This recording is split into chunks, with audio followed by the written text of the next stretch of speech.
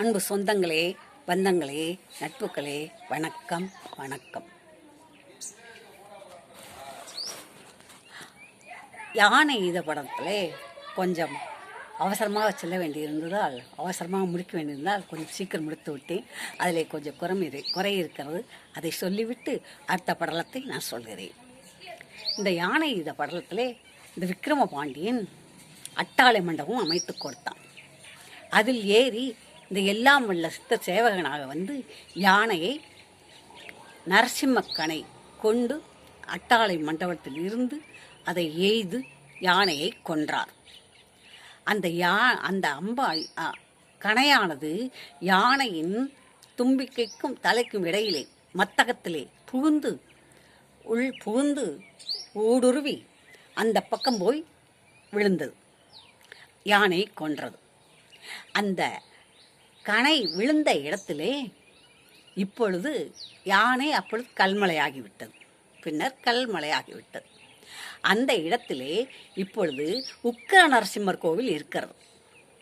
அது பிற்காலத்தில் செதுக்கப்பட்டிருக்கலாம். மலையை குடைந்து குடவரை கோயிலாக கட்டப்பட்டிருக்கிறது. அது எந்த மன்னன் கட்டினார் என்று எனக்கு தெரியவில்லை. ஆனால் அது உக்கிர நரசிம்மர் கோவில் இருக்கிறது. அந்த நரசிம்மர் கோவிலிலே இப்பொழுதும் சென்று தரிசனம் செய்து சந்நிதிக்கு முன்னால் நின்று பார்த்தால் அந்த நரசிம்மரின் உக்கிரம் நமக்கு உணர முடிகிறது. அந்த உக்கிரத்தை நாம் உணர முடிகிறது. வெப்பமான காற்று வீசுகிறது. குடவரை கோயில் அது பார்க்க வேண்டிய இடம். மதுரையிலே யானைமலை என்று பார்த்தால் அது முக்கியமான இடமாக பார்க்க வேண்டிய இடமாக இருக்கிறது. அந்த நரசிம்மர் இப்பொழுதும் உக்கிரமாகவே இருக்கிறார். அந்த நரசிம்மர் கோவிலுக்கு வடபுலத்திலிருந்து பக்த பிரகலாதன் வந்து வணங்கி தவம் இருந்து வரம் பல பெற்று சென்றிருக்கிறார். ரோசம முனிவர் என்ற முனிவர் அகத்தியருக்கும் சீனியர் மூத்தவர். அவர் வந்து இங்கு பல காலம் தவம் இருந்து அந்த நரசிம்மரிடம் வரம் பெற்று சென்றிருக்கிறார். அந்த நரசிம்ம வரலாறு அங்கே அப்படி கூறுகிறது. அதே போல அந்த யானையின் துதுக்கையின் இன்னொரு பக்கத்திலே சமண முனிவர்களின் குகை இருக்கிறது. அந்த சமண முனிவர்கள் தவம் செய்த இடமாகவும் அவர்கள் குடியிருந்த இடமாகவும் அந்த குகை இருக்கிறது. அந்த குகையை உள்ளே சென்று பார்க்க முடியவில்லை. இரும்பு கம்பிகளால் வேலியிட்டு தொல்லியல் துறை அதை பாதுகாத்து வருகிறது. அது வரலாற்று சிறப்புமிக்க இடமாக இருக்கிறது. இப்பொழுது அந்த இடத்திலே பிரத்யங்கரா கோவில் என்று ஒரு கோவிலும் பிரதிஷ்டை செய்யப்பட்டிருக்கிறது. ஆகவே மதுரைக்கு வருகிறவர்கள் கண்டிப்பாக இந்த யானை மலையையும் சென்று தரிசித்து செல்லுங்கள். இது அந்த 22வது படலத்திலே இத்துடன் முடிக்கிறேன். அடுத்து 23வது படலமாக விருத்த குமாரன் பாலனான படலம். விருத்த என்றால் வயதானவர், மூத்தவர், கிழவர் என்று பொருள். குமாரன் இளைஞன், பாலன் குழந்தை. இந்த சோமசுந்தர பாண்டியன் இந்த படலத்திலே கிழவனாகவும் இளைஞனாகவும் பாலனாகவும் தோன்றுகிறார். அதனால் இந்த பெயர் பெற்றிருக்கிறது. விருத்த குமாரன் பாலனான படலம் என்ற பெயர் பெற்றிருக்கிறார். இது மதுரை எம்பதியிலே விக்கிரம பாண்டியன் ஆண்டு வந்த காலத்திலே விருப்பாட்சன் என்னும் வேதியர் வாழ்ந்து வந்தார். அவரின் மனைவி சுபவிரதை. அவர்களுக்கு ஏராளமான செல்வங்கள், வளங்கள், எல்லா செல்வமும் இருந்தது. எதிலும் குறையில்லை. ஆனால் குழந்தை பாக்கியம் இல்லை. அவர்கள் சோமவார விரதம், சஷ்டி விரதம், எல்லா விரதமும் இருந்தார்கள். அதோடு சப்த கன்னியரையும் வணங்கி வந்தார்கள். அவ்வாறு வணங்கி வந்ததனால் அந்த விரதங்களின் பலனாக ஒரு பெண் குழந்தை பிறந்தது. அந்த பெண் குழந்தைக்கு கௌரி என்று பெயர் வைத்து மிகவும் அன்பாக அருமையாக வளர்த்து வந்தனர். இத்தனை விரதங்களிலிருந்து பிறந்த குழந்தை அல்லவா, மிகவும் பக்தி சிரத்தையுடன் இருந்தது அந்த குழந்தை. ஒரு நாள் தந்தையிடம், அப்பா, நான் சக்தியை வேண்டி வணங்க வேண்டுமென்றால் நான் என்ன மந்திரம் சொல்ல வேண்டும் என்று கேட்டது. அவருடைய அப்பா சக்தி மந்திரத்தை சொல்லி, நீ இந்த மந்திரத்தை சொல்லி வணங்கி வாம்மா என்று சொல்லிவிட்டார். அதே போல அந்த குழந்தை சக்தி உபாசகம் பண்ணி சக்தியை நினைந்து சக்தி மட்டுமல்லாது சக்தி இணைந்தால் சிவனையும் சேர்ந்துதான் நினைக்க வேண்டும். சிவசக்தியை நினைந்து வணங்கி இறை பக்தியோடும் அத்தனை பண்புகளோடும் நல்ல பண்புகளோடும் வளர்ந்து வந்தது. பருவ வயது வந்தது. அந்த கௌரிக்கு மனம் முடிக்க வேண்டும். நம் வீட்டில் எல்லா செல்வங்களும் இருக்கின்றன, நல்ல மணாளனாக நம் பெண்ணுக்கு அமைய வேண்டுமே என்ற கவலை அந்த தகப்பனுக்கு இருந்தது, தாய்க்கு இருந்தது. பருவ வயது வந்தவுடன் மாப்பிள்ளை பார்க்க வேண்டும் என்று எண்ணிக்கொண்டிருந்தனர். அப்படி இருக்கும் பொழுது ஒரு நாள், அப்பொழுதெல்லாம் கோயில்களை தரிசிக்க வேண்டும் என்றாலும் சரி, யாத்திரை தல தரிசனங்களுக்கு தீர்த்த யாத்திரை செல்ல வேண்டுமானாலும் சரி, பெரிய வசதியானவர்கள் குதிரையில் வண்டியில் செல்வார்கள். வசதி இல்லாதவர்கள் நடந்தே தான் செல்ல வேண்டும். ஹோட்டல் கிடையாது, கடை கிடையாது, போக்குவரத்து சாதன வசதி கிடையாது. அதனால் நடந்து தான் போகணும். சாப்பாட்டுக்கு பிச்சை எடுத்து தான் சாப்பிடணும். ஆற்றுல களத்தில் குளிக்கணும். ஏதாவது ஒரு வீட்டு திண்ணையில் தூங்கி எந்திரிக்கணும். இப்போ மாதிரி ரூம் லாட்ஜ் அதெல்லாம் கிடையாது, சத்திரம்லாம் கிடையாது அப்போ. அதனால் ஏதாவது ஒரு எல்லார் வீட்லேயும் திண்ணை இருக்கும் கண்டிப்பாக. அந்த திண்ணையில் வர்றவங்க படுத்து உறங்குவாங்க. காலையில் எழுந்திரிச்சு ஆற்றுல கிணத்துல குளிச்சுட்டு எந்த வீட்லையாவது அம்மா பசிக்குதுன்னு கேட்டாங்கன்னா யாராக இருந்தாலும் சாப்பாடு கொடுப்பாங்க. சாப்பிட்டுட்டு கோயில் தரிசனம் பண்ணிட்டு அடுத்த ஊருக்கு நடந்தே போய்கிட்டு இருப்பாங்க. இந்த மாதிரி ஒரு வேதியர் வந்தார். இளைஞன் மதுரையை பார்க்கணும், வேற ஊர்ல இருந்து மதுரைக்கு வந்தான். வந்த உடனே ஆற்றுல குளிச்சுட்டு சாமி தரிசனம்லாம் பண்ணிட்டு அப்படியே வீதி வெளியே வரும்போது இவங்க வீட்டு திண்ணைக்கிட்ட வந்து உட்காந்துட்டு பசிக்குதுன்னு கேட்டான். கேட்ட உடனே அந்த அம்மா சமையல் பண்ணி சாப்பாடு சாப்பிட்லாம்ப்பா, எங்கள் வீட்லேயே சாப்பிடுன்னு சொல்லிட்டாங்க. ஆனால் அவன் ஜபம் தவங்கள்லாம் பார்த்த உடனே திண்ணையிலேயே அவன் சமைக்கிற வரைக்கும் ஜபதவம்லாம் பண்ணிக்கிட்டு இருக்கவும், நம்ம பொண்ணுக்கு ஏற்ற மணாளன் இவன் தான் சொல்லி அவங்க அப்பா முடிவு பண்ணிடுறாரு. முடிவு பண்ணிட்டு சாப்பிட போகும்போது 2 கை நல்லா கையை கழுவி வைப்பான்னு சொல்லி செம்பில் தண்ணி எடுத்து ஊற்ற போகிறார். அந்த தண்ணி எடுத்து ஊற்றும் போது என்ன நினச்சிட்டு ஊற்றிடுறாரு, என் மகளையும் உனக்கு தத்தம் செய்கிறேன் என்று தண்ணி எடுத்து ஊற்றிடுறார். தன்னறியாமலே என் மகளை உனக்கே திருமணம் பண்ணி கொடுக்குறேன் என்று மனசால் சொல்லிடுறாரு. அவன்கிட்ட சொல்லிடுறாரு, புரிஞ்சு போயிடுது. அவன் சரி சொல்லிட்டு கோயிலெலாம் தரிசனம் பண்ணிட்டு அங்கேயே இருக்கான். இருந்தால் இவங்க உன்னுடைய மனைவி சுபவரதை, எப்படி நீங்கள் பாட்டுக்கு இந்த மாதிரி இந்த மாப்பிள்ளைக்கு கொடுக்குறேன்னு சொல்லிட்டீங்க, நம்ம கோத்திரம்லாம் விசாரிக்க வேண்டாமா, இப்படி பண்ணலாமா நீங்கன்னு சொல்லி இந்த அம்மா கேட்குறாங்க. உடனே அவங்க அம்மா வீட்டில் தாய் மாமனுக்கு சொல்லி விடுறாங்க. தாய் மாமன் வந்து கேட்குறாரு, என்ன மாமா இப்படி பண்ணிட்டீங்க, என்ன செய்யலாம் அப்படின்னு சொல்லி கேட்கல.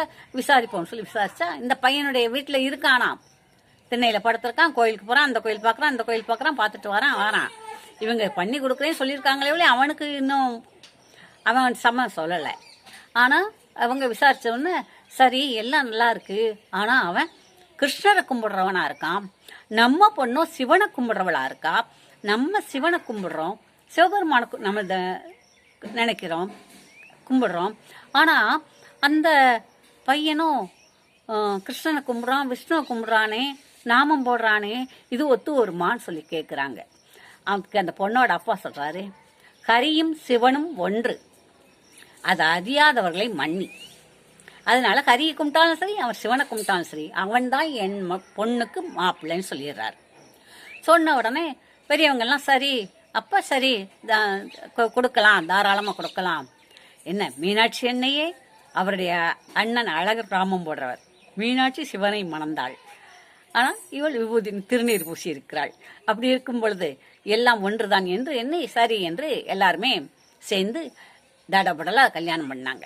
கல்யாணம் பண்ணி உச்சி முதல் வைர நகை, தங்க நகை, வெள்ளி நகை எல்லாம் போட்டு எல்லாம் அவங்க அப்பா அம்மாவை எல்லாம் வரவழைச்சு நல்லா கல்யாணம் பண்ணி திருமணம் பண்ணி கொடுக்குறாங்க.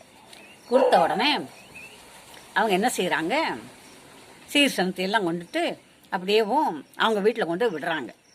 ஆனால் அவங்க அப்பா அம்மாவுக்கு என்ன குறை சொன்னால், அந்த கௌரியோட மாமனார் மாமியாருக்கு நம்ம சொல்லாமல் நம்மளை கேட்காம இவங்க திருமணம் பண்ணுறதுக்கு ஏற்பாடு பண்ணிட்டாங்களே அப்படின்னு அவங்களுக்கு ஒரு மன வருத்தம். அதனால என்ன பண்ணுறாங்க, இந்த பொண்ணு எல்லாம் சீர்சனத்தை எல்லாம் கொண்டு போய் தங்கம் வெள்ளி எல்லாம் நல்ல நகையெல்லாம் செஞ்சது மட்டும் இல்லாமல் வெள்ளி பாத்திரம் பித்தளை பாத்திரம் எல்லாம் வீட்டுக்கு தேவையான பொருட்கள் எல்லாம் கொண்டு போய் கொடுத்து சீர் கொடுத்து பொண்ணை விட்டுட்டு வராங்க. வேற ஊர். அதனால கொஞ்சம் தூரம் போகணும்னா நடந்து போகணும், நடந்து வரணும், அவ்வளோ தூரம் கொண்டு விட்டுட்டு வராங்க. விட்டுட்டு வந்த பிறகு அவங்க இருக்கிற வரைக்கும் நல்லா வச்சுக்கிட்டு அவங்கெல்லாம் போன பிறகு இந்த பிள்ளைய கொஞ்சம் கொடுமைப்படுத்துகிறாங்க.